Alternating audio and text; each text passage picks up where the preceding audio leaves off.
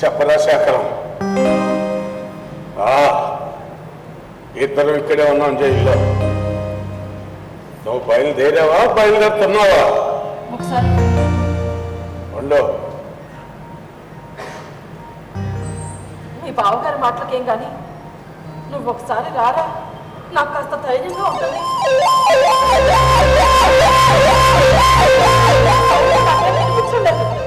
ఒక నిమిషం బయటకు వస్తున్నాను.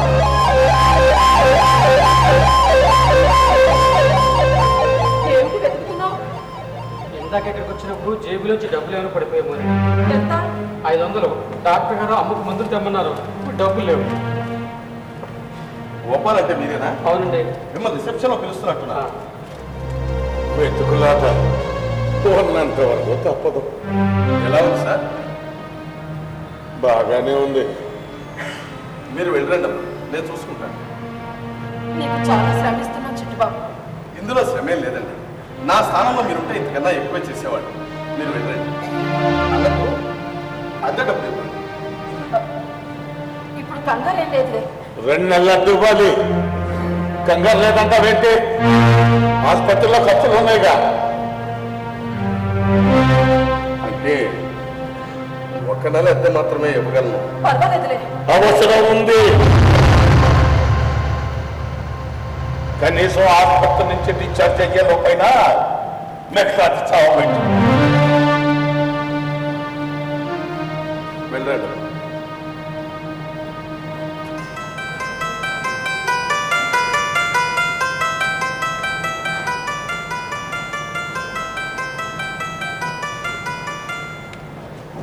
హలో, చెప్పరా? అక్కడే ఉన్నాను. అడిగారు. 4 నెలల నుంచి అద్దె ఇవ్వకపోతే కూర్చుంటారా? ప్రమాదానికి భయపడి ప్రయాణాలు మానుకోలేంగా. వచ్చేస్తాను.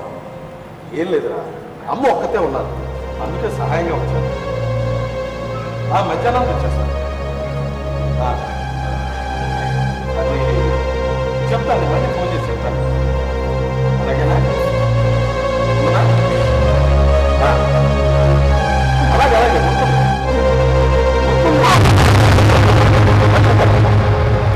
దివాకరం గారు, దివాకరం గారు, డాక్టర్, డాక్టర్. కూర్చోను. నాకు చాలా కంగారుగా ఉంది. నువ్వు ఒకసారి రావాలి బాబాయ్. సత్యంకి ఈ విషయం ఎలా చెప్పాలో నాకు తెలియడం లేదు. వాడు ఫోన్ నెంబర్ మార్చినట్టున్నాడు. చిట్టుబాబు ఉన్నాడు. అన్నిటికీ చిట్టుబాబు తిరుగుతున్నాడు. సరే ఉంటాను.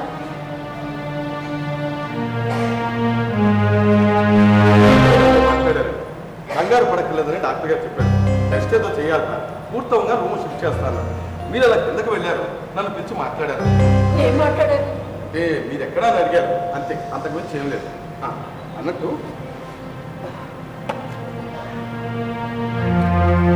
ఇదిగోండి, దివాకర్ గారి చేతిలో దొరికిందని చెప్పి నర్సు 500 రూపాయల నోటు. ఆయన లోపలికి తీసుకెళ్తున్నప్పుడు మనం చూడలేదు. ఇది ఆయన చేతిలోకి ఎలా వచ్చింది? ఇందాక అబ్బాయి ఎవరో డబ్బులు పోయాయంటూ వెతుక్కున్నాడు. అతనివేనేమో. వాళ్ళ అమ్మగారికి మందులేవో కొనాలని కూడా అన్నాడు. ఎక్కడున్నా వెతికివ్వాలి. ఇంకేమన్నా మాట్లాడారా?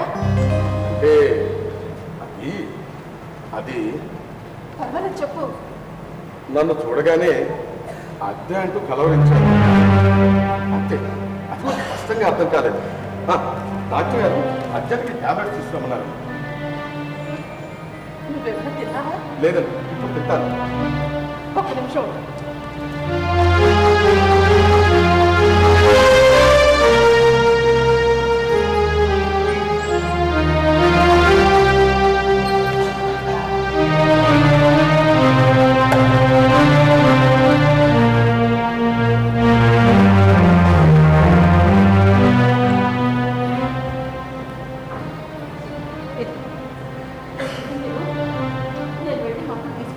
అలాగే నేను ఒకసారి టిఫిన్ చేశాక ఇంటి దాకా వెళ్ళొస్తాను. దివాకరం గారు రూమ్ షిఫ్ట్ చేశారు, వచ్చేస్తారండి. నిన్ను చాలా ఇబ్బంది పెడుతున్నావు చిట్టుబాబు. ఈ మాట ఇప్పుడు చాలాసార్లు అన్నా, నాకు కొంచెం ఇబ్బందిగా ఉంది. అయినా ఏం గొప్ప సాయం చేశాను, అయిన వాళ్ళైతే చైనా ఏంటి? అయిన వాళ్ళ కొడుకు ఉన్నా ఏం లాభం? మీరేమనుకోకపోతే అడుగుతారు. అయ్యో నాకు శ్రమే లేదండి, ఈ సమయంలో మీ అబ్బాయి దగ్గర ఉంటే బాగుంటుంది కదా అని నా ఉద్దేశం. ఏం చెప్పమంటాం? వాడి పేరెత్తితేనే ఈయన ఆవేశపడుతున్నారు. అదంత మంచిది కాదని డాక్టర్ గారు చెప్పారు. అయిన వాడి ద్వారా వాడిని కప్పు పెట్టారు. విషయం వాడికి తెలుసని నాకు తెలుసు. అది ఎందుకో మొండికేశాడు. ఇద్దరి మధ్య గొడవలు తెలుసు, ఎందుకు అని. చాలా మంది తల్లిదండ్రులకి పిల్లలకి ఈ మధ్య గొడవలు ఎందుకు వస్తున్నాయి?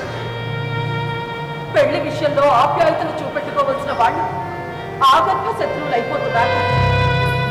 ఒక తరం కలిసి ఉండడానికి ముందు తరంతో యుద్ధానికి దిగుతోంది. మేము మాకు నచ్చిన అమ్మాయిని పెళ్లి చేస్తామన్నా వాడు తనకు నచ్చిన అమ్మాయిని పెళ్లి చేసుకున్నాడు. తనకు నచ్చిన అమ్మాయిని పెళ్లి చేసుకున్నా కూడా మనసుకు నచ్చితే కులం, మతం, డబ్బు, హోదా వీటితో ఏ సంబంధం ఉండదుగా. మాకిష్టమైన పెళ్లి, మాకిష్టం లేని పెళ్లి వాడికి ఇష్టమైన పెళ్లిగా అసలు వాడి గురించి ఆలోచించే వెనక్కి బీపీ పెరిగిపోయింది. కొంతకాలం ఆందోళన కలిగించే విషయాలు ఏమి చెప్పొద్దని డాక్టర్ గారు అన్నారు. మళ్ళీ వాడు ఇప్పుడు వస్తే అనవసరమైన గొడవ. కానీ పెంచిన వాళ్ళే కారణాలు అయిపోతున్నారు. సందర్భం కాదో నాకు తెలియదు, కానీ నేను కాలేజీ చదువుతున్నప్పుడు సిగరెట్ కాలుస్తూ మా నాన్నగారికి కనిపించాను. అంతే, ఫ్రెండ్స్ ముందే కొట్టారు, ఇంటికి రావద్దన్నారు. నేను కూడా జీవితంలో ఇంటికి వెళ్ళకూడదు అనుకున్నాను. ఆ రాత్రి ఇంటికి వెళ్ళలేదు, ఫ్రెండ్ రూమ్కి వెళ్ళి పడుకున్నాను. ఇలా అర్ధరాత్రి హఠాత్తుగా మెలకు వచ్చింది, నిద్ర పట్టలేదు. ఒక్కసారిగా అమ్మా నాన్న గుర్తొచ్చారు. నాన్నగారు కొట్టడం కరెక్టే కదా అనిపించింది. వెంటనే ఫ్రెండ్స్ కూడా చెప్పకుండా ఇంటికి బయలుదేరి వెళ్ళిపోయారు. అందరి పిల్లలు అలా ఉండగా చిట్టుబాబు పూర్తిగా వినండి. నేను ఇంటికి వెళ్ళేసరికి అమ్మా నాన్నలు ఇంట్లో లేరు. ఎక్కడికి వెళ్ళారు? నన్ను వెతుక్కుంటూ ఊరంతా తిరుగుతున్నారు. అసలు కథ ముందుంది, వినండి. వాళ్ళు నన్ను వెతుక్కుంటూ, నేను వాళ్ళని వెతుక్కుంటూ తెల్లవాళ్ళు ఊరంతా తిరిగాం. తీరా ఒకరికొకరం ఒక చోట ఎదురుపడ్డాం. ముందు రోజు ముగ్గురు ముందు కొట్టుకున్న నాన్నగారు అప్పుడు నడి బజార్లో చావబాదారు. అప్పుడు నాకు ఏ అవమానం అనిపించలేదు, ఆనందం కలిగింది. నా గురించి ఇంతలా ఆలోచిస్తున్నారని అర్థమైంది. నాకు ఒక్క రోజులో అమ్మా నాన్నల విలువ తెలిసింది. కాలానికి వంగన అమ్మా నాన్నలు ఉండరండి. అలాగే కొడుకులు కూతుళ్ళు కూడా. అహం తగ్గితే ఆత్మీయత దగ్గర అవుతుంది. క్షమించండి, ఈ విషయాలు మీకు తెలియదని కాదు. వెళ్ళొస్తాను.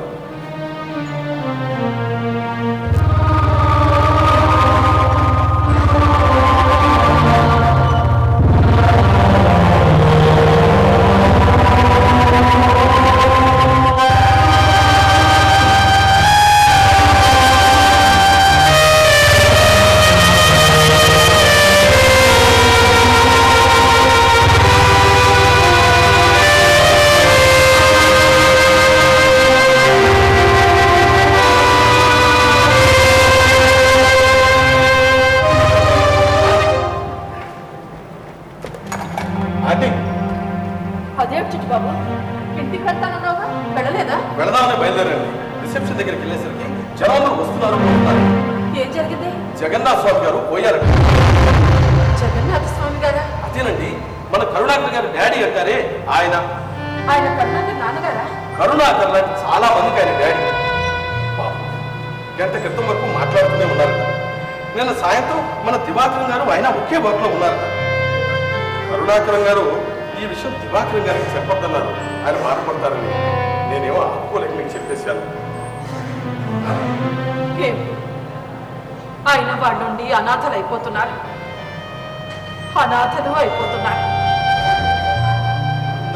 ఆయన ఎంతో మందికి ఆశ్రయం కల్పించారట. కరుణాకర్ చెప్పాడు ఒకసారి.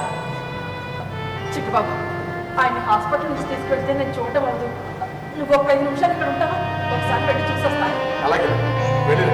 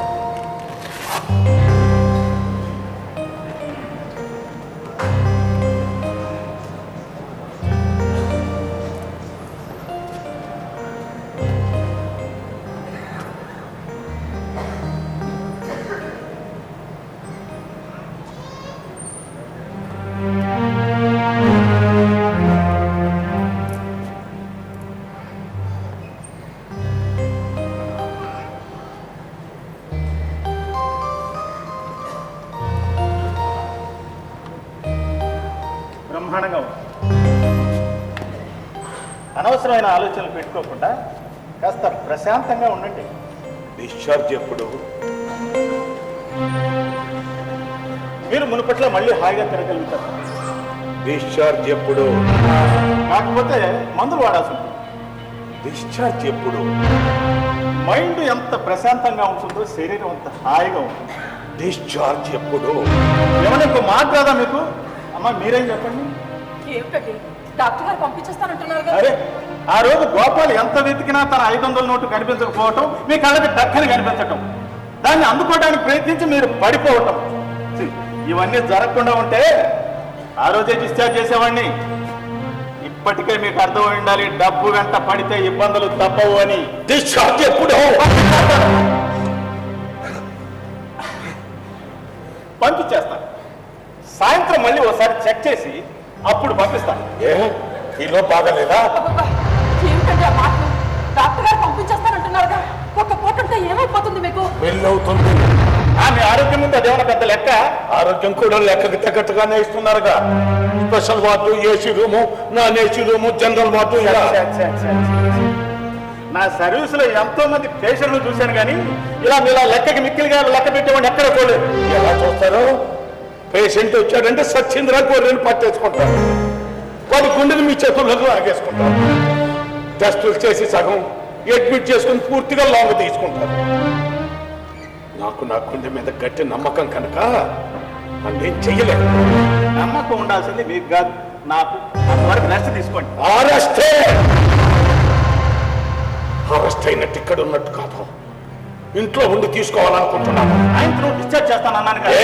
ఆ లోపు ఏమైనా జరిగిపోతుందా? ఏది కాదు, నాది మరి కథ ఉన్నప్పుడు ఆలస్యం జరిగి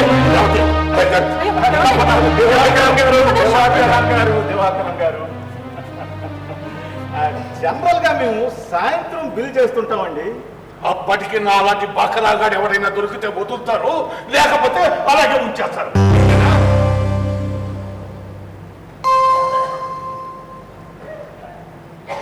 హలో హలో హలో,